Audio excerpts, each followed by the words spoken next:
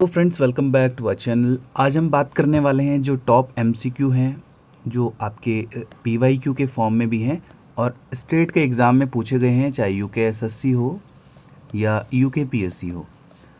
तो इन प्रश्नों में हम रहेंगे हमारे जो टॉप 20 में आपके इंडियन इकॉनमी यानी कि भारतीय अर्थव्यवस्था से संबंधित कुछ महत्वपूर्ण प्रश्न, उनको हम इसमें देख लेते हैं। ठीक है, तो शुरू करते हैं। सबसे पहले देखिए, जो प्रश्न पूछा गया है वो हो जाएगा आपका समन्वित ग्रामीण विकास कार्यक्रम यानी कि इंटीग्रेटेड रूरल डेवलपमेंट प्रोग्राम कब शुरू किया गया था। ठीक है, ये प्रश्न हाल के दिनों में यूकेपीएससी के जो अपर पीसीएस है इसमें पूछा गया था। हालांकि इसमें ये क्या किया गया था, इसको सीक्वेंस में आपको अरेंज करना था, तो आपको ये स्कीम पता होनी चाहिए। तो ये आपका शुरू किया गया था 1980 के दशक में। ठीक है, ऑलरेडी लोअर पीसीएस में 2011 में पूछा गया है। ठीक है, आगे, भारत में अधिकांशतः बेरोजगारी किससे पूछी जाती है। बेरोजगारी कौन सी बेरोजगारी है? तो भारत में जो सर्वाधिक मात्रा में आपने टेक्नोलॉजी के फील्ड में नहीं देखी होगी, फ्रिक्शनल जो संघर्षी किस्म की वो भी नहीं दिखती है। तो जो भारत में है वो है आपके संरचनात्मक बेरोजगारी यानी कि स्ट्रक्चरल, चक्रीय बेरोजगारी भी नहीं है। तो ये आपको ध्यान रखना है।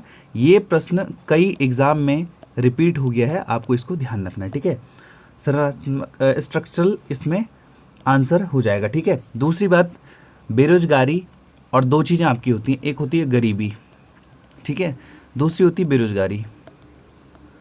अब आपको ये बताना है कि गरीबी के आंकड़े कौन जारी करता है और बेरोजगारी के आंकड़े कौन जारी करता है। ठीक है, तो ये आपको कमेंट सेक्शन में आंसर बताना। ठीक है, गरीबी के मैं आपको बता दूं कि नीति आयोग इसको जारी करता है। अब आपको बताना है कि बेरोजगारी के डेटा कौन रिलीज करता है भारत में। ठीक है, भारत सरकार के द्वारा। अगला प्रश्न है आपका, कौन एक राजकोषीय नीति का भाग है। अब इसको आप समझिए, दो तरीके से चीज़ें होती हैं, एक होता है राजकोषीय, एक होता है मौद्रिक नीति। ठीक है, राजकोषीय नीति को कहते हैं fiscal policy, FISCL, fiscal policy. ठीक है, दूसरा होता है मॉनेटरी पॉलिसी। इसमें क्या डिफरेंस है? जो फिस्कल पॉलिसी होती है वो होती है राज्य की यानी कि स्टेट की, और जो मौद्रिक पॉलिसी होती है वो होती है RBI की। यहाँ पर स्टेट का मतलब मेरा कंट्री से है, यानी कि राज्य की। राज्य यानी कि स्टेट बोला जाता है पॉलिटिकल टर्मिनोलॉजी में, स्टेट यानी कि देश को बोला जाता है, और RBI की हो जाएगी आपकी मॉनेटरी पॉलिसी। निम्नलिखित में से कौन एक राजकोषीय नीति का भाग है? तो आपको इसको आंसर फाइंड आउट करना है। ठीक है, तो आप इसका भी आंसर कमेंट्स में बता सकते हैं। ठीक है, आगे बात करें, राष्ट्रीय खाद्य सुरक्षा मिशन, जिसको कि national food security mission was launch to increase the production of which commodity.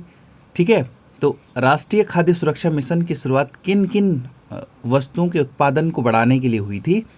तो जैसे कि आप जानते हैं, नेशनल फूड सिक्योरिटी मिशन, आपको ये बताना है ये मिशन कब का है। तो ये मिशन हो जाए आपका 2007 का, और जो एक्ट हो जाएगा वो 2013 का हो जाएगा। ठीक है, उत्तराखंड में ये एक्ट 2015 का है। आप एक बारी चेक कर लीजिए, जहाँ तक मैं अनुमान कर पा रहा हूँ लगभग 2015 का हो जाएगा। ठीक है, इस बार उसने इसकी अपर पीसीएस में इसकी स्कोर पूछा था। हालांकि जो इसकी रैंक हो जाएगी वो आपको 18 याद रखनी है, 2025 की, संभवतः 24-25 की। ठीक है, तो 2024-25 में 18वीं रैंक पर उत्तराखंड की स्थिति रही थी। आगे बात करें कि इसमें कौन सी वस्तुओं का प्रोडक्शन, तो ऑल हो जाएगा, इसमें गेहूं हो जाएगा, दालें हो जाएगा, चावल हो जाएगा।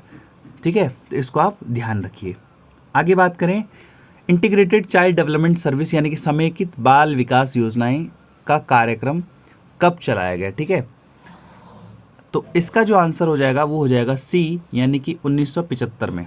ये आपको विशेष रूप से ध्यान रखना, पूछ लेता, कई बार रिपीटेड क्वेश्चन है। ठीक है, आगे बात करें, the green highway policy in India introduce.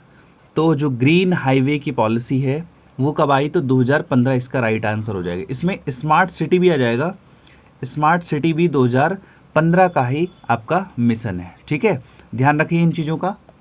आगे बात करें, भारतीय रुपये को मार्च 2024 से निम्नलिखित में से किस खाते में परिवर्तित या परिवर्तनीय बनाया गया। ठीक है, तो 1994 का आपने तारापुरे कमेटी सुनी होगी।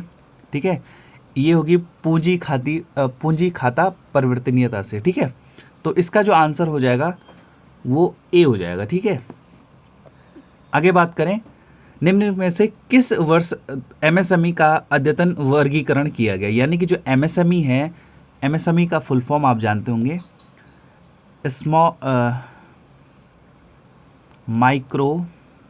Small and medium enterprise. ठीक है, जिसे क्या कहते हैं, सूक्ष्म लघु उद्योग। ठीक है, एमएसएमई। एमएसएमई का नया डेटा रिलीज हुआ है, लेकिन इसमें जो क्वेश्चन पूछा गया है इसका क्लासिफिकेशन कब हुआ? तो 2020 इसका राइट आंसर हो जाएगा, लेटेस्ट। साथ ही 2023 में इसमें परिवर्तन किया गया। इसमें जो 3 कैटेगरी थी, माइक्रो, स्मॉल एंड मीडियम, इनमें जो नया अपडेट है वो क्या है कि जो आपका इन्वेस्टमेंट है और जो टर्नओवर है, तो 2.5 इन्वेस्टमेंट है 2.5 करोड़, तो इसका हो जाएगा आपका 10। ठीक है, दूसरा 25 इसका हो जाएगा 100, और 125 जो इन्वेस्टमेंट होगा 125 करोड़, उसका हो जाएगा आपका 500 करोड़। ये आपका भारत के कंटेक्स्ट में हो गया। उत्तराखंड राज्य सरकार ने भी 2023 में इसका नया क्राइटेरिया डिसाइड किया है। ये आपको खुद ही फाइंड आउट करके चीज़ें नोट कर देनी है। ठीक है, एमएसएमई से हर बार पूछता है प्रश्न। आगे है, Panchayati Raj in rural development system is related to, ग्रामीण विकास कार्यक्रम के अंतर्गत पंचायती राज संबंधित है। अब देखिए, ये थोड़ा कॉन्सेप्चुअल क्वेश्चन है, तो ये इसमें आपको केंद्रीकृत नियोजन से, विकेंद्रीकृत नियोजन से, पूंजीवादी नियोजन से, अनवरत नियोजन से, ये दोनों तो पहले ही हट जाएंगे, बचा केंद्रीकृत और विकेंद्रीकृत। अब इसमें आपको क्या समझना है कि जो पंचायती राज हुआ था वो केंद्रीकृत होने के लिए हुआ था या विकेंद्रीकृत होने के लिए हुआ था? केंद्रीकृत का होगा कि सेंटर इज पावरफुल। ठीक है, विकेंद्रीकृत के लिए क्या हो जाएगा कि जो आपके स्टेट हैं उनको भी ये अथॉरिटी दी जाएगी, वो भी अपने हिस्से का काम अपने हिसाब से कर सकते हैं। ठीक है, तो ये आपका जो आंसर बनेगा इसमें विकेंद्रीकृत बनेगा, यानी कि अदर जो बॉडीज़ हैं वो भी अपना काम अपने हिसाब से या उनको अपनी सहयोग की भूमिका हो उससे इस काम को किया जा सके। जबकि सेंट्रलाइज में क्या होता है कि चीज़ें सेंटर की ओर मूव होती हैं और केंद्र ही डिसाइड करता है कि चीज़ें क्या होनी है। ठीक है, तो ये होगा आपका विकेंद्रीकृत की ओर। ठीक है, सामुदायिक विकास कार्यक्रम, बहुत रिपीटेड क्वेश्चन है, कई बार एग्जाम में पूछा गया है। इसको क्या कहते हैं आपके इंग्लिश में? कम्युनिटी डेवलपमेंट प्रोग्राम कहते हैं संभवतः, CDP तो कहते ही हैं इसे। ठीक है, तो CDP आपका हो जाएगा 52 में, इसको आपको रट लीजिए, 52 में आया था ये। ठीक है, आगे, निम्न में से किस अनुच्छेद के अंतर्गत वार्षिक वित्तीय विवरण, जो बजट के नाम से जाना जाता है, संसद में प्रस्तुत किया जाता है? यानी कि under which of the following articles the annual financial statement known as budget is present in parliament? तो इसका आर्टिकल हो जाएगा 112। ठीक है, अब आपको क्या बताना है? आपको ये बताना है कि स्टेट का जो बजट होता है, यानी कि जो राज्य की विधानसभा में जो बजट पेश होता है, उसके लिए आर्टिकल कौन सा है। ठीक है, तो 200 के बाद है, इतना मैं हिंट कर दे रहा हूं आपको, तो आपको बताना है 200 के बाद कौन सा आर्टिकल है, ये भी आप बता सकते हैं। ठीक है, देखिए, आप जब आंसर इसको कमेंट्स करेंगे तो आपकी एक्टिवनेस रहेगी। आपको ये, अगर आप डायरेक्ट आंसर करते हैं तो आपसे ये पता चलेगा आपकी चीज़ें आपको कितनी रिवाइज हैं, कितनी याद हैं। ठीक है, आपका रिवीजन अच्छा हो जाएगा। आप गलत करोगे तो ये भी आपकी चीज़ें करेक्ट हो जाएंगी। ठीक है, आगे बात करें, खुले बाजार की क्रियाएं निम्न में से किस नीति की विशेषता है? Open market operation are features of which of the following policy? ठीक है, राजस्व नीति, राजकोषीय नीति, मौद्रिक नीति, श्रम नीति। तो जो खुली बाजार की नीतियाँ होती हैं वो आपकी मॉनेटरी पॉलिसी के उपकरण के रूप में कार्य की जाती हैं। ठीक है, मैंने जैसे कि आपको पहले भी बताया, जो फिजिकल पॉलिसी होती है वो सरकार की होती है, राजकोषीय नीति, जबकि मौद्रिक नीति आपकी RBI की हो जाएंगी। ये दोनों ही नीतियाँ बनाते हैं चीज़ों को बैलेंस करने के लिए। ठीक है, निम्न में से एक प्रत्यक्ष कर का उदाहरण नहीं है। प्रत्यक्ष कर क्या हो जाएगा? टैक्स की बात कर रही है। कौन सा? एक होता है डायरेक्ट, एक होता है इनडायरेक्ट, यानी कि प्रत्यक्ष और अप्रत्यक्ष। ठीक है, ये 2 कर की बात होती है। अब इसमें क्या बोला है? निम्न में से एक प्रत्यक्ष कर का उदाहरण नहीं है, तो इसमें आपका क्या हो जाएगा, ये हो जाएगा वैल्यू एडेड टैक्स, ठीक है, वैट जिसे कहते हैं वैट, ठीक है। आगे इससे रिलेटेड प्रश्न है, अभी हम इस पर डिस्कस नहीं करेंगे, ठीक है। निम्नलिखित भारतीय बैंकों में से कौन सा राष्ट्रीयकृत बैंक नहीं है, नहीं है, इसको आप बिल्कुल हाईलाइट कर लें। जब भी आप एग्जाम में जाते हो आपको नहीं दिखता है, पहले ही हाईलाइट कर लें ताकि चीज़ें आपकी ध्यान रहें। Corporation bank, Dena bank, ICIC bank, Vijaya bank. तो इसमें जो राइट आंसर हो जाएगा वो हो जाएगा आपका आईसीआईसी बैंक, ठीक है। इसको आप विशेष रूप से ध्यान रखें। आगे निगम कर लगाया जाता है, तो corporation tax is imposed by, तो ये किसके द्वारा लगाया जाता है, स्टेट के द्वारा लगाया जाता है, सेंट्रल गवर्नमेंट के द्वारा, central and state reserve bank. सबसे पहला आपका आरबीआई वाला हटेगा जो नहीं होगा। केंद्र और राज्य दोनों, जी नहीं, ये दोनों नहीं लगाते हैं, स्टेट के पास ये अथॉरिटी नहीं होती है, इसको लगाता है सेंट्रल गवर्नमेंट, कॉरपोरेशन टैक्स लगाती है, ठीक है, निगम कर। आगे है कर सुधार के लिए कौन सी समिति उत्तरदायी है, जैसे इंपॉर्टेंट कमिटीज़ हैं उनको याद कर लीजिए, वो पूछी जाती हैं अक्सर। तो कर सुधार के लिए आपको बहुत महत्वपूर्ण है चिलैया कमेटी, आपको ध्यान रखना। दूसरा, एक एग्जाम में क्या आता है रेगुलर बेस पे, गोस्वामी कमेटी, ठीक है। गोस्वामी जो कमेटी है वो आपकी इलेक्शन रिफॉर्म के लिए है, यानी कि चुनाव सुधार के लिए आपको ध्यान रखनी है, ठीक है। इलेक्शन कमीशन, इलेक्शन रिफॉर्म के लिए गोस्वामी, दिनेश गोस्वामी से याद रखिए, ठीक है। और भी जैसे कुछ कमेटियाँ हैं, जैसे आपकी कुछ कमेटियाँ जैसे हम कहें तो जैसे कुछ फेमस कमेटियाँ जैसे उर्जित पटेल कमेटी है, विमल जालान कमेटी है, ठीक है, और नाबार्ड से रिलेटेड कई कमेटियाँ हैं, ठीक है। तो इनको आपको ध्यान रख देना है, एक बारी आप इनकी लिस्ट बना के आप चीज़ें याद करने के लिए रखें इनको, कि ताकि आपको ध्यान रखें किससे रिलेटेड कौन सी कमेटी है, ठीक है। आगे है goods and service tax are brought into operation throughout India by, माल एवं सेवा कर संपूर्ण भारत में लागू किया गया, यानी कि जिसको कि आपका जीएसटी भी कहते हैं, गुड्स एंड सर्विस टैक्स, ठीक है, गुड्स एंड सर्विस टैक्स जिसे कि जीएसटी भी कहते हैं। जीएसटी आपका आया था 101, यानी कि 101। आप इसको कैसे याद रखें, जीएसटी। अब ये टी इस तरीके से बना होता है, कुछ इस तरीके से, तो देखिए 1 में आप 101 में आप इस तरीके से इसको याद रख सकते हैं, ठीक है।